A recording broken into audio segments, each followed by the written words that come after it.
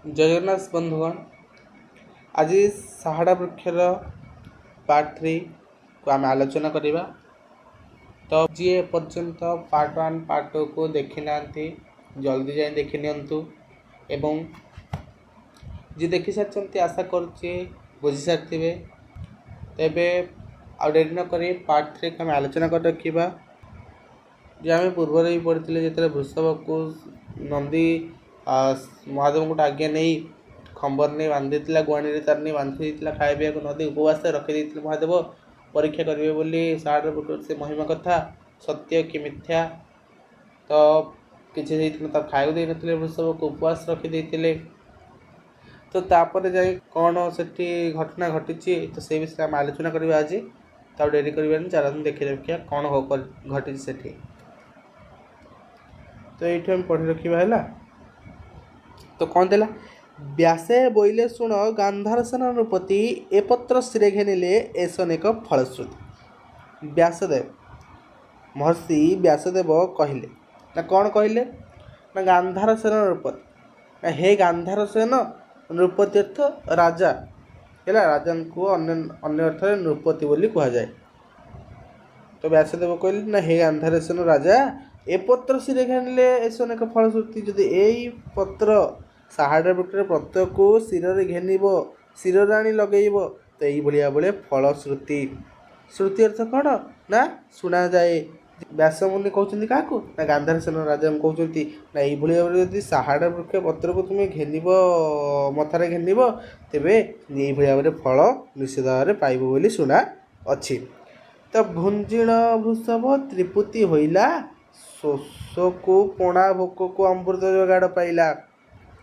भुंजिण वृषभ त्रिपुति होइला भुंजिण अर्थ कौन खाईकी जो भोग कर वृषभ से कौन आनंद होती आनंद कौन मन भरी जाइए एकादरे कहीं ना टोटाल शिव कौन परीक्षा करेंगे बोली महादेव परीक्षा करेंगे बोली तो खाइबा पीवा किसी ना ना सका बुलाऊँ संध्या कि गड़गला खाइबा पीवा किसी देना तो कहीं जेहेतु वृषभ कही साहाड़ा वृक्ष पत्र घेनिले अमृत गोटा खाद्य मिले बोली तो से शिव परीक्षा करेंगे भाविले और परीक्षा करेंगे भाविले जो सका सन्ध्या बुलाऊँ जे खाइबा पीवा किसी देले तो से कौन जो वृषभ अमृत खाद्य को सारी दे भुंजी की कौन आनंद हो मन आनंद खुशी होती कहीं शेष को शोष को पणा मिली भोक को अमृत गोटा खाद्य मिली जो शोष होती से शोष को पणा मिली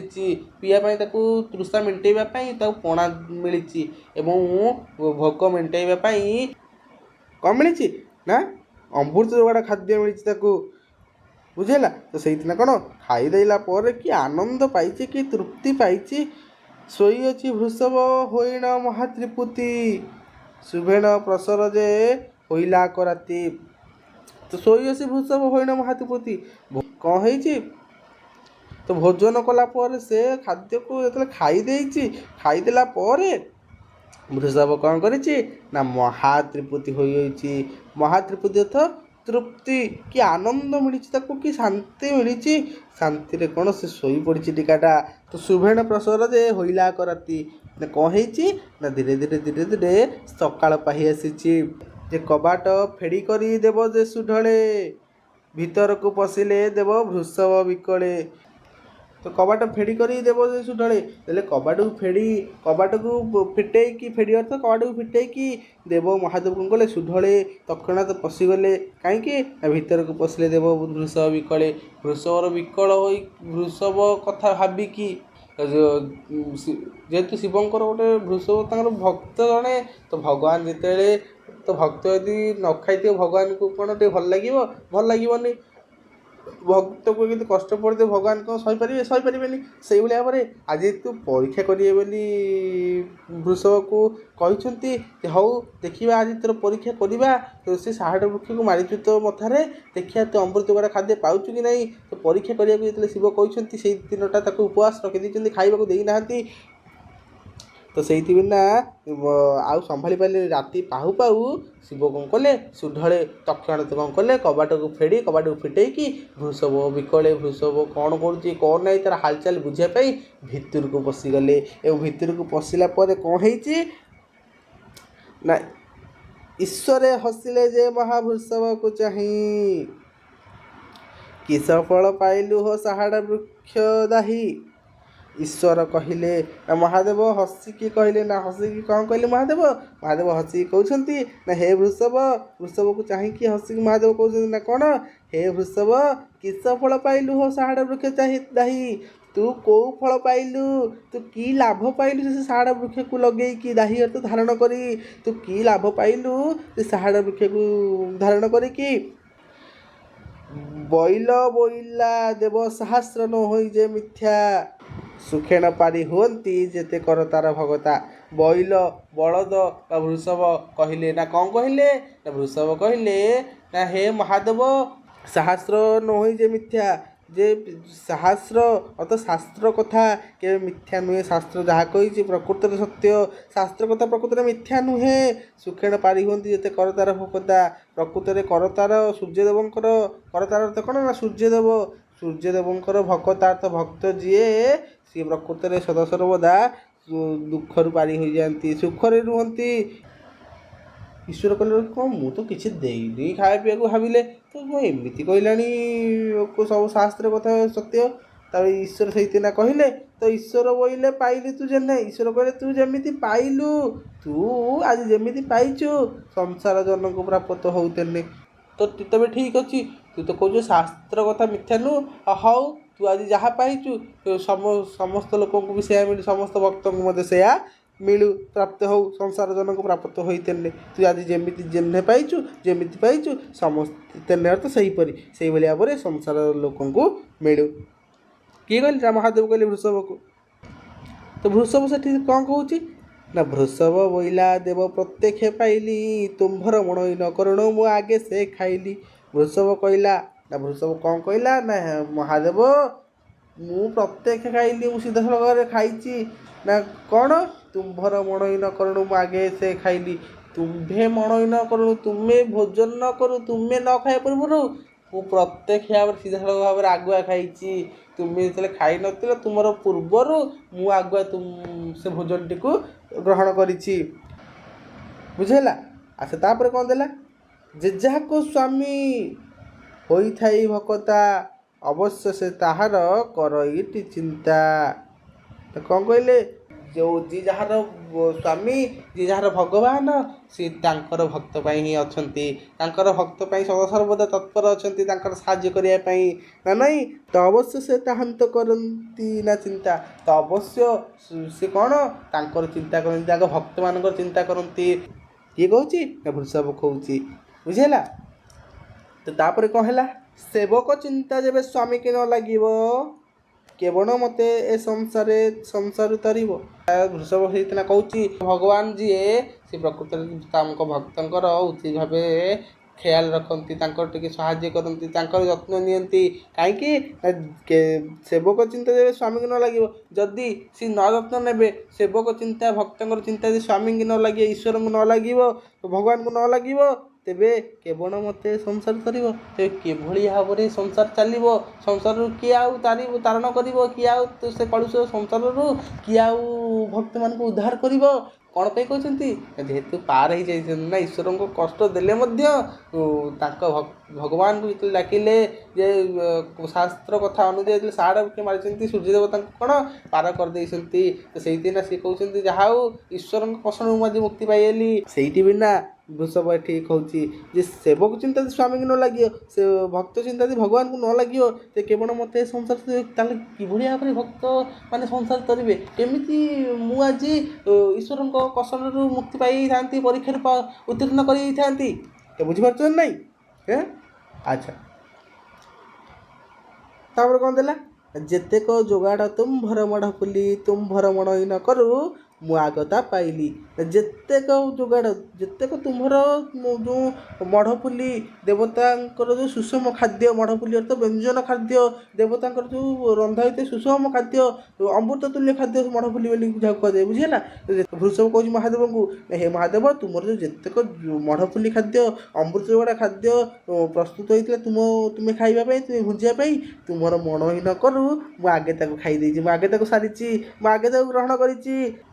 ତାପରେ କ'ଣ ଦେଲା ନା, ସ୍ୱାମୀ ଲୟ କରି ଦେଖ ନିମୋହର ଗୁଆଣୀ, ଗନ୍ଧ ଆମୋଦରେ କର୍ପୂର ରସ ଜାଣି। ତ ସେଇଥିପାଇଁ ନା ବୃଷଭ କହିଛନ୍ତି ଯେ ମିଛ ଭାବୁଛ କି? ମିଛ ଭାବନି। କାହିଁକି? ଠିକ୍ ଅଛି, ତମେ କ'ଣ କର, ଯାଅ ମୋ ଗୁଆଣୀ ଦେଖ। ତମେ ଯାଇକି ମୋ ଗୁଆଣୀ, ମୋର ସେଇ କୁଣ୍ଡକୁ ଦେଖ ଯେ କ'ଣ କି ଆମୋଦ ବାସ୍ନା ବାହାରୁଛି ସେ ଗୁଆଣୀରୁ, କି ଆମୋଦକର ବାସ୍ନା, କି ଗନ୍ଧ ଚନ୍ଦନରେ କର୍ପୂରରେ ପରିପୂର୍ଣ୍ଣ ହୋଇଛି ସେ ଗୁଆଣୀଟି। ଯାଉ ଦେଖିବ ସେ ଅମୃତ ତୁଲ୍ୟ ଖାଦ୍ୟ ମୁଁ ସାରିଛି କି ନାହିଁ। ତାପରେ ଶିବ ଯାଇ ଦେଖିଲେ ନା କ'ଣ ଦେଖିଲେ ସେଠି ନା, ସ୍ୱରୂପ ଦେଖି ଈଶ୍ୱର ବିଷାଦ ହୋଇଲେ, ପାର୍ବତୀଙ୍କି ସଲ୍ଲଜ ହୋଇ ପଚାରିଲେ। ଯେତେବେଳେ ପରୀକ୍ଷା କରିବେ ନା, ଯେତେବେଳେ ଯାଇ ଦେଖିଛନ୍ତି ସେ ବୃଷଭ ଗୁଆଣୀରୁ କି ଆମୋଦକର ବାସ୍ନା ପରିପ୍ରକାଶ ହେଉଛି, କି ଆମୋଦକର ବାସ୍ନା କ'ଣ ବାଜି ଉଠୁଛି, ତ ସେଇ ଭିତରୁ ଆମୋଦକର ବାସ୍ନା ଖାଲି ବାହାରି ଉଠୁଛି, ବାଜି ଉଠୁଛି। ତ ସେଇଥିପାଇଁ ନା ଶିବ କ'ଣ କଲେ, ଟିକେ ବିଷାଦ ହୋଇଗଲେ, ଦୁଃଖ କଲେ। ଏବଂ ଦୁଃଖ କାହିଁ କଲେ ନା, ଯେହେତୁ ଚ୍ୟାଲେଞ୍ଜ ଦେଇଥିଲେ, ଯେହେତୁ ପରୀକ୍ଷା କରିବେ ବୋଲି କହିଥିଲେ ଯେ ହଉ ଠିକ୍ ଅଛି, ତୁ କେମିତି ଆଜି ଖାଇବୁ ମୁଁ ବି ଟିକେ ଦେଖିବି, ମୁଁ ପରୀକ୍ଷା କରିବି, ଷାଢ଼ ବୃକ୍ଷ ମୁଣ୍ଡରେ ମାରିଛୁ, ଅମୃତ ତୁଲ୍ୟ ଖାଦ୍ୟ ମିଳିବ କି ନାହିଁ, ଶିବ ପରୀକ୍ଷା ଏଠି କରୁଥିଲେ। ଯେତେବେଳେ ପରୀକ୍ଷା କରିଛନ୍ତି, ପରୀକ୍ଷାରେ ଉତ୍ତୀର୍ଣ୍ଣ ହୋଇଛନ୍ତି ବୃଷଭ। ପରୀକ୍ଷା କ'ଣ, ଶିବଙ୍କର ଯେଉଁ ପରୀକ୍ଷାରେ ବୃଷଭ ଆଜି ପାସ୍ କରିଯାଇଛନ୍ତି। ତ ସେଇଦିନ ଶିବ ଏଠି ଭାବିଛନ୍ତି ଯେ ମୁଁ ତ ଦେଇନି, ଦେଲା କିଏ? ବାନ୍ଧିଲେ ତ ସମସ୍ତେ, ନନ୍ଦୀଙ୍କୁ ତ କହିଲି ବାନ୍ଧିଥିଲେ ଜୋରରେ, ଛାଡ଼ିଲିନି ତାକୁ। ବୃଷଭ ଗୁଆଣୀ ବି ଖାଲି ଥିଲା, କିଛି ଦେଇନଥିଲେ, ତେବେ ତାକୁ ଦେଲା କିଏ ନା ନାହିଁ? ତ ଯେତେବେଳେ ଶିବ ଏଠି ଭାବୁଛନ୍ତି, ଲାଜ ଗଲେ ଏବଂ ଯାଇକି ମା ପାର୍ବତୀକି ଲାଜ ଲାଜ ମୁଖରେ ପଚାରିଲେ। କ'ଣ ପଚାରିଲେ ମା ପାର୍ବତୀକି ଯାଇକି? ଚାଲନ୍ତୁ ଦେଖିବା। ବୃଷଭକୁ ନେଇଟି କେହୁ ଦିଲା ମୋ ଯୋଗାଡ଼, ତୁମ୍ଭେ ଜାଣ ନିକି ଦେବି, ଏଥିରେ ତଥ୍ୟ ଦେବେ ଭାର।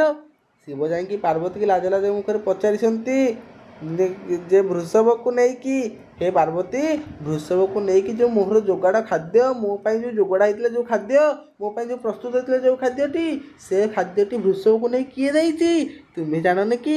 ହେ ପାର୍ବତୀ, ତୁମେ କ'ଣ ଜାଣନି ଯେ ମୁଁ ଆଜି ଯେଉଁ ବ୍ୟବହାର, ମୁଁ ଆଜି ଯେଉଁ ତାଙ୍କ ପାଇଁ ପରୀକ୍ଷାଟି ନେଉଥିଲେ, ଯେ ସେ ପରୀକ୍ଷାଟି ନେଉଛି ବୋଲି ତୁମେ ଜାଣିନ କି? ଜାଣିଛ ଯଦି ତାକୁ କିଏ ଦେଲା ସେ ଖାଦ୍ୟ ନେଇକି? ପାର୍ବତୀ ହସି କହୁଛନ୍ତି ନା କ'ଣ କହୁଛନ୍ତି ନା, ପାର୍ବତୀ ହସିଲେ ଈଶ୍ୱର ବଚନେ, ତୁମ୍ଭର ଆସିବା ବିଳମ୍ବ ଦେଖିଣ ତ୍ରିଲୋଚନେ।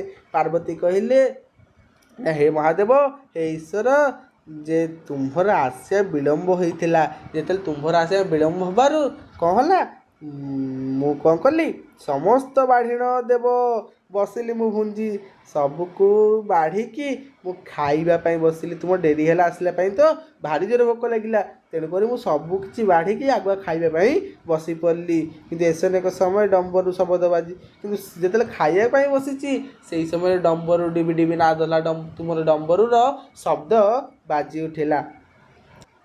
ତ ତେଣୁକରି ମୁଁ କ'ଣ କଲି ନା, କ୍ଷୁଧାୟଣ ତୁମ୍ଭର ମୋତେ କୋପ କରିବ ବୋଲି, ମୁଁ ଯେଉଁ କ୍ଷୁଧା ହୋଇଥିଲା, ମୁଁ ଭୋକରେ ଯେଉଁ ଜର୍ଜରିତ ହୋଇଯାଇଥିଲା ମୋ ମନଟି, ଯେଉଁ ଭୋକଟି ମୋ ପେଟରେ ଆଉଟୁ ପାଉଟୁ ହେଉଥିଲା, ତ ସେଇଥିରେ ମୁଁ ଖାଇବାକୁ ବସି ପଡ଼ିଥିଲି। ତ କାଳେ ତୁମେ ଦେଖିକି ମୋତେ କୋପ କରିବ ବୋଲି, ମୋ ଉପରେ ରାଗିବ ବୋଲି, ସବୁ ନେଇ ବୃଷଭ ଗୁଆଣୀରେ ଭରିଲି। ତ ସବୁ ଆଉ କ'ଣ କଲି, ମୁଁ ପୂରେଇ ଦେଇକି ବୃଷଭ ଗୁଆଣୀରେ ନେଇକି ପୂରେଇ ଦେଲି, କାଳେ ତୁମେ ମୋ ଉପରେ ରାଗିବ, ତେଣୁକରି ସବୁଆକ ନେଇକି ମୁଁ ବୃଷଭ ଗୁଆଣୀରେ ଭରିଦେଲି। ବୁଝିପାରୁଛ? ତ ଶେଷ ପଦ ଦେଖ ଟିକେ। ସଦାନନ୍ଦ ହସିଲେ ଗିରିଜାର ବଚନେ, ହେର୍ନକ କରି ଯେ ପ୍ରାପତଟି କରାନ୍ତି ଦେବତାମାନେ। ସଦାନନ୍ଦ ହସିଲେ। ସଦାନନ୍ଦ କିଏ ନା ଶିବ। ଶିବ ହସିଲେ କ'ଣ ପାଇଁ ହସିଲେ ନା ଗିରିଜାର ବଚନେ। ଗିରିଜା ହେଉଛି କିଏ ନା ମା ପାର୍ବତୀ। ମା ପାର୍ବତୀଙ୍କ ଏଭଳି କଥା ଶୁଣିକି ମହାଦେବ ହସିଲେ ଏବଂ କହିଲେ ଏହେର୍ନକ କରି ଯେ ପ୍ରାପତଟି କରାନ୍ତି ଦେବତାମାନେ। ଏଇଭଳି ଭାବରେ କ'ଣ ଦେବତାମାନେ ତାଙ୍କ ଭକ୍ତମାନଙ୍କୁ ଆଶାକୁ ପରିପୂର୍ଣ୍ଣ କରନ୍ତି, ତାଙ୍କ ଭକ୍ତମାନଙ୍କ ଆଶାକୁ ପ୍ରାପ୍ତ କରାନ୍ତି, ପୂରଣ କରିଦିଅନ୍ତି। ତ ଏଇଭଳି ଭାବରେ ପୂରଣ କରନ୍ତି। ତ ବୁଝିହେଲା? ଆଶା କରୁଛି ସମସ୍ତେ ବୁଝିପାରିଥିବ। ଯଦି ବା କିଛି କାହା ଡାଉଟ୍ ଅଛି ତେବେ ମୋତେ ପଚାର ହେଲା। ହଉ ବନ୍ଧୁଗଣ, ମୁଁ ଏବେ ରହୁଛି। ନମସ୍କାର, ଜୟ ଜଗନ୍ନାଥ।